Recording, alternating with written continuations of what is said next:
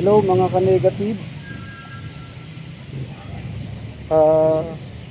Pupunta ako ngayon sa LTO Main sa Quezon City, sa East Ab, para i-check ang aking plaka.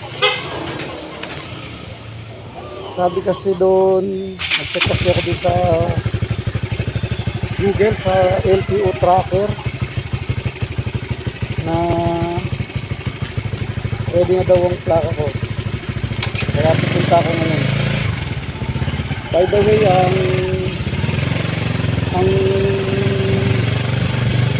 model ng motor ko is 2015 model Honda RS 150. Biruin nyo, 10 years na. Ngayon ko palang makukuha yung plaka, pero hindi ko pa nga rin sigurado yun dahil diba, check ko lang eh. Lagi akong nag-i-request sa kanila sa nag-i-email. So yun, lagi wala. Ito lang yung uli, nakaraan, nag-check ako, meron na, ready na daw. Sa Google, search ko lang LTO tracker. Type ko lang din yung plaka niya, saka LD file number, lalabas na rin. Nakalagay na rin, get ready, nakalagay na rin, get ready. Na meron na daw kayong plaka, pupuntahan ko ng actual. Meron din nakalagay din na yung pagpipilihan kayo din ng kung magpapaschedule kayo kung kailan yung pupuntahan.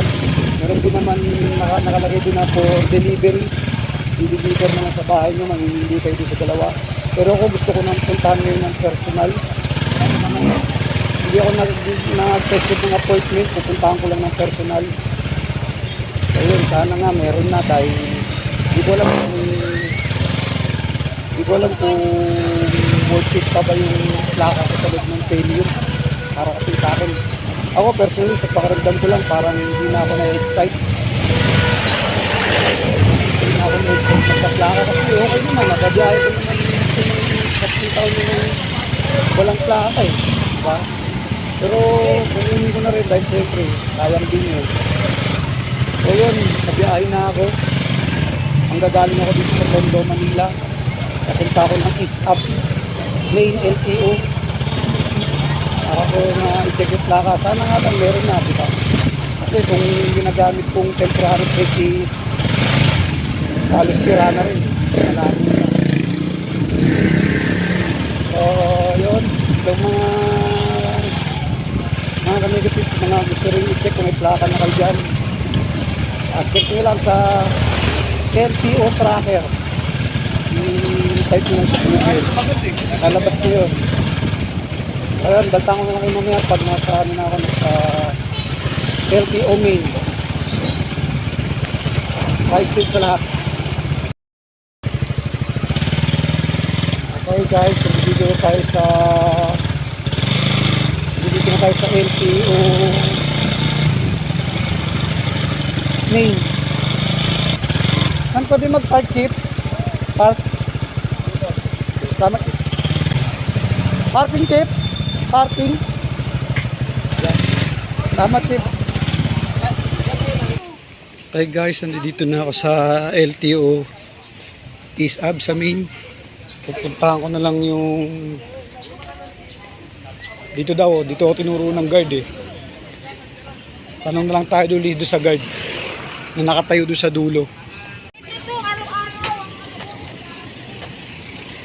Yun, meron dito yung lady guard.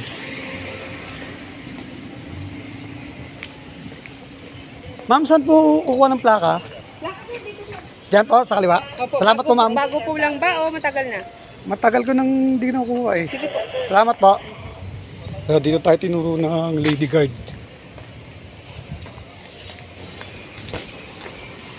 Courier hub.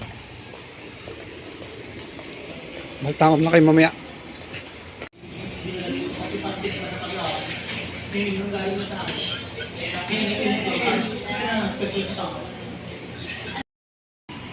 So yun mga ka-negative, wala tayong Xerox ng ID. Pag pupunta pala kayo, hanapan kayo ng Xerox ng ID. Ang dala ko lang is Xerox ng o RCR. Kaya magpapaserox pa ako ng ID. Okay. So yun, positive. Good news. Nakuha ko na yung plaka ko. Pero nagulat lang ako nung inabot sa aking plaka is iba. Iba dun sa ginagamit kong dati sa temporary plate ko. So in-explain sa akin ng LTO nung staff doon nung pagkabot sa akin nito is nag-update na sila ng plaka, kaya nag-iba yung letra ko saka yung number. Dalawa pa rin naman yung letra pero magkahiwalay na. Magkahiwalay na yan, oh. Yan, magkahiwalay yung letra, nasa unahan saka nasa dulo. Nag-iba siya, nag-iba. Yung letter N lang ang nakuha. Kasi dati yung plaka ko, 2 letra nasa unahan. Tapos 5 number. Ngayon, 4 na lang din tong number, tapos nasa gitna. So, in-explain naman sa akin na 2 to 3 weeks bago pa ma-update sa portal kong araw o sa LTO na ito na yung bagong plaka, itong bagong binigay sa akin. Kasi yung dati daw pala na nasa rehistro ko is temporary plate lang. Temporary plate lang ang dati nasa rehistro ko. Kaya 2 to 3 weeks daw bago siya lumabas sa portal ko itong updated ko na plaka na bali ang nangyari, kinuha pa rin nila yung last number ko sa rehistro, itong 7. Kasi nga yung dati kong plaka 7 din yung last number, which is July nga, para hindi magkagulo sa rehistro dahil July nga ang paso ng rehistro ko. So kinuha pa rin nila yung last number 7. At bukod pa doon, meron din silang binigay na certificate. Ito, yan, bibinigay silang certificate na katunayan na nag-update ng plaka ang LTO. Ayan yung una kong plaka, yung old plate NG, di ba? Ngayon N2 na, N2.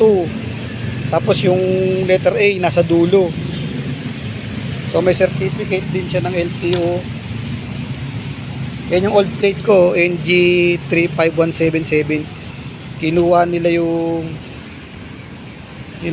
yung last number, yung 7 pa rin, yung July, para hindi nga daw magkagulo sa rehistro. So yun, goods naman, okay na. Uwi na ako, at least may plaka na ako. Daling ko na lang din daw tong certificate pag kung sakaling may checkpoint. Daling ko na lang din daw. Pwede ko na rin naman daw gamitin tong new plate ko. Pwede ko na rin naman daw gamitin.